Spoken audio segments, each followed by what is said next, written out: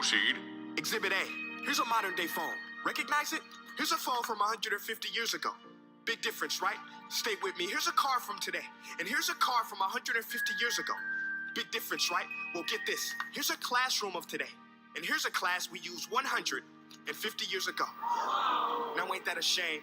In literally more than a century, nothing has changed. Today's curriculum hasn't changed much from the past. We still do hard hours in schools, letter grades determining our future, and an overall old-fashioned school system. We are put against each other instead of together, competing for the best grade instead of working to succeed in the real world.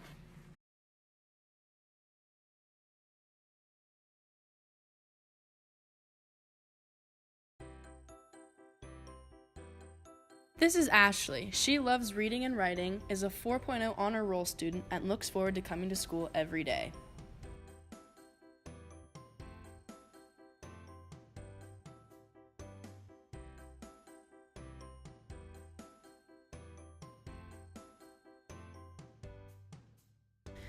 This is Taylor. Not only does he like the Raiders, but he doesn't understand the point of school, but would rather focus on his drawings.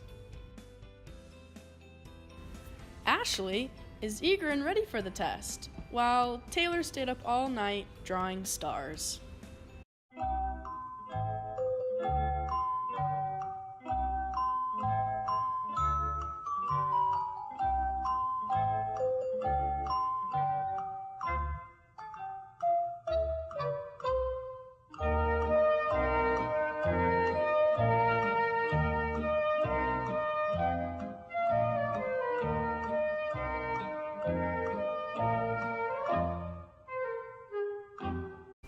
Students then get their tests back. Ashley gets an A as expected, but Taylor fails and decides it's best to lie about the score he got to save being embarrassed in front of his classmates.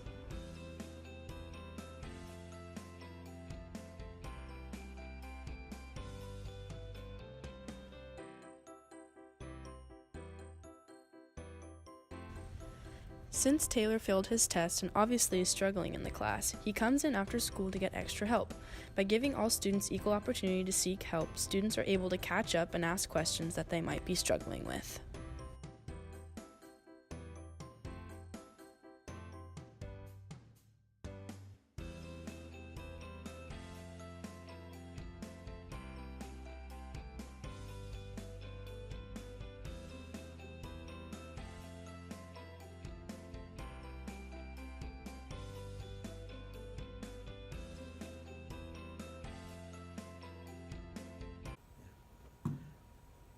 Well, the traditional way that we do curriculum in the United States is, bits and pieces, test. And then introduce the topic, a little bit of here, then test. I think I would probably use a lot more in the way of, assessments at the beginning, not so much end of unit, high anxiety testing.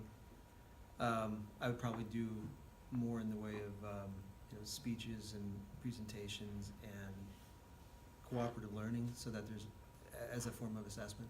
Because and as long as I've been teaching, it's the same model used over and over, and I know pretty much who's going to pass and who's going to fail, and it's kind of sad. So I think I would start there and see what I could do. But curriculum's going in the right direction in terms of integrating sort of life thinking skills and technology into the curriculum that the kids need. However, it varies from district to district as to how much freedom and autonomy they give the teachers to integrate those skills. Some curricula are still pretty old-fashioned in that it's read from a book, answer questions, regurgitate the information on a test, and I don't think that curriculum prepares kids for the real world in any way, sense, or form, and it doesn't really truly teach them to think like historians or think about people and understand the way societies work. So there's movement in the right direction,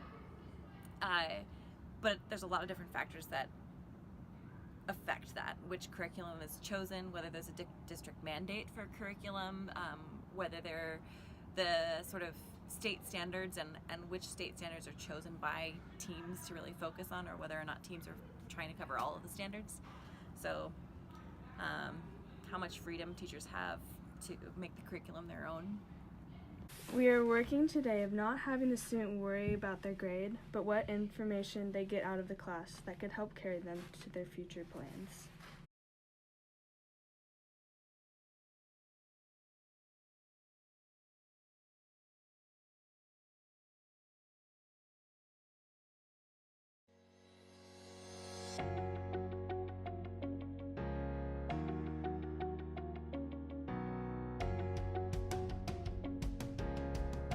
Alright, class, so this is the essay topic. Describe Christopher Columbus's discovery of the Americas in 5 pages. Yep.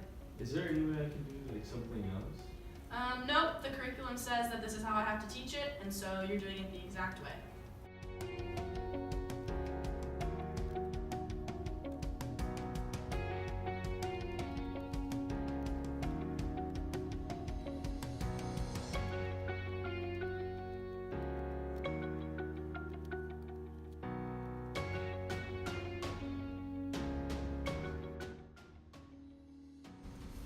Ashley and McKenna are busy getting started on their essays, researching information in the books and from the internet.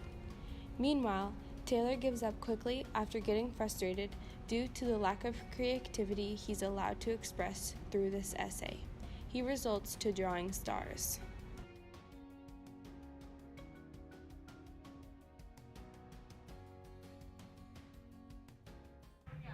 The teaching method that I find most effective is hands-on problem solving and allowing students to fail and try things again. So setting up an experiment, seeing what went wrong, reassessing it, going through asking questions, looking at the information in different ways, and then trying again to be successful.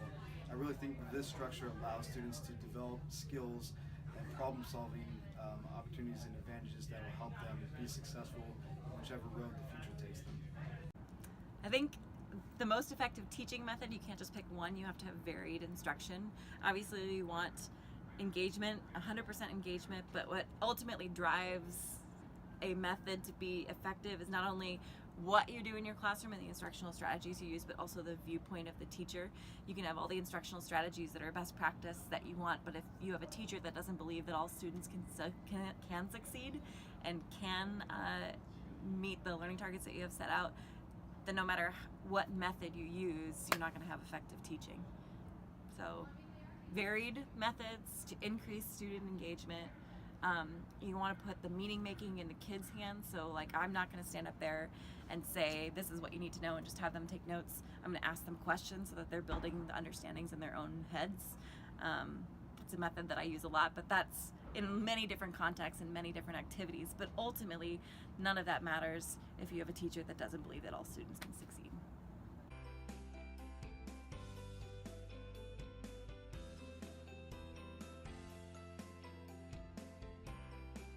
For many years, teachers have taught the same way and followed the given curriculum strictly, with no room for creativity. Going forward, we'd like to see teachers accommodating for all students. For example, incorporating more interactive projects like posters, speeches, role plays, and PowerPoints. This gives all students the opportunity to show that they fully understand the concept that was taught.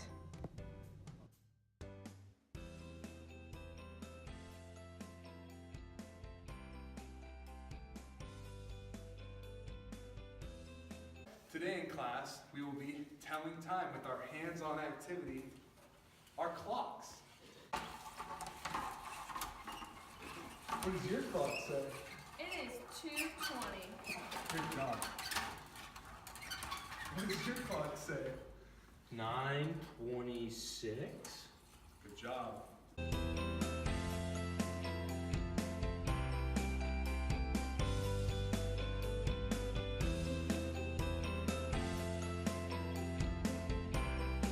What do you know about that? How is this connected to me? And then learning comes alive. The thing that is often left out is that this has to be applied to real world. What do you need to do in life? You have to write it and prove it. You have to justify your thinking. And you have to tell the world your story. My gift in education is to teach my kids to be activists, to really understand that life owes you nothing, but you can take it all.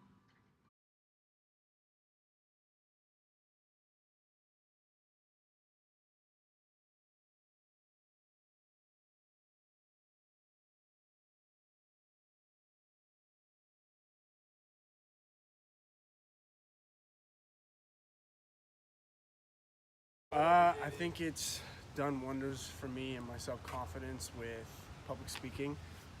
It's also helped me a lot with connections to businesses for the future. Like I had an internship with Adidas 2 summers ago, which was really helpful and helped me create a lot of good relationships for the future. It also taught me how to be very efficient with my time.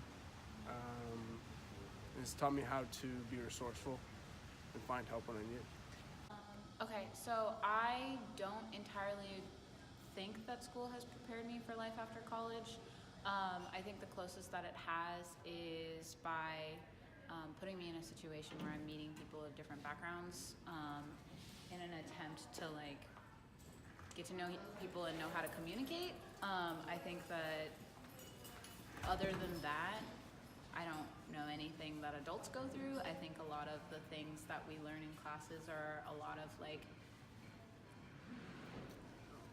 sort of like decently outlandish things, you know, like not as direct as I think a lot of students need it to be, because you can say like, oh, this is how you analyze something in like a job. You're still going to be analyzing something, but students don't think, oh, I'm going to learn about this in history and think, oh, I'm going to use this later in life. So I think if teachers more directly defined how this is going to affect kids like in their life, it would be better. Yeah.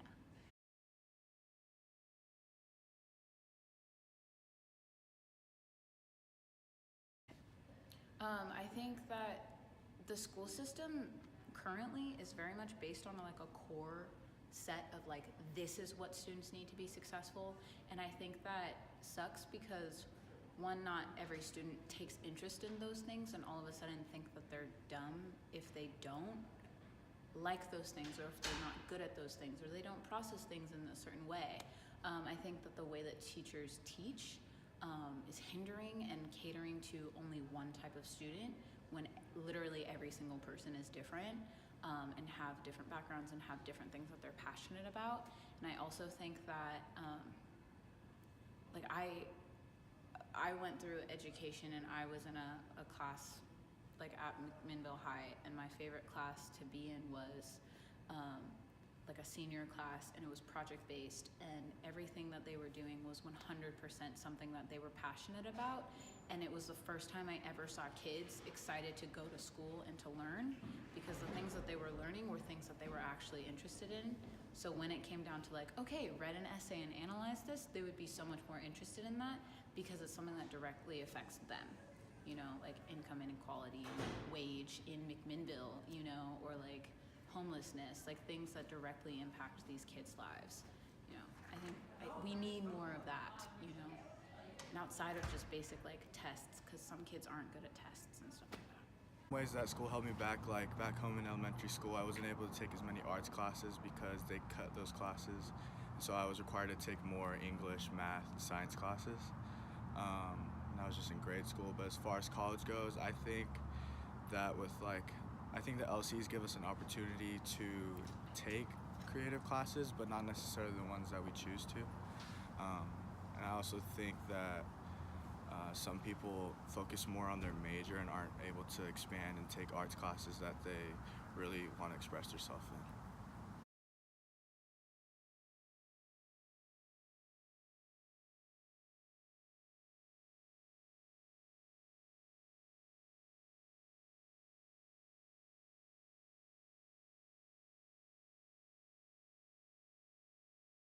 The biomedical program that I teach or am part of focuses on giving students those real-world experiences through problem solving.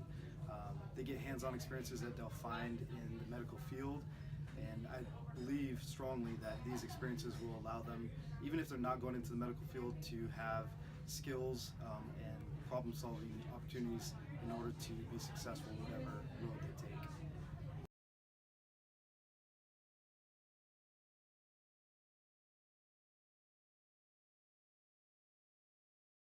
We have gathered so many thoughts and ideas on how we will show our future students what the purpose of education is. Hopefully education systems can see that change is going to be coming, so let's hope they're ready for it. Looking back on the semester in Ed 150, being able to connect the curriculum from class to our aiding placements has shown us that, yes, there are many things wrong that can be changed, but on the flip side, there are so many things being done right by teachers.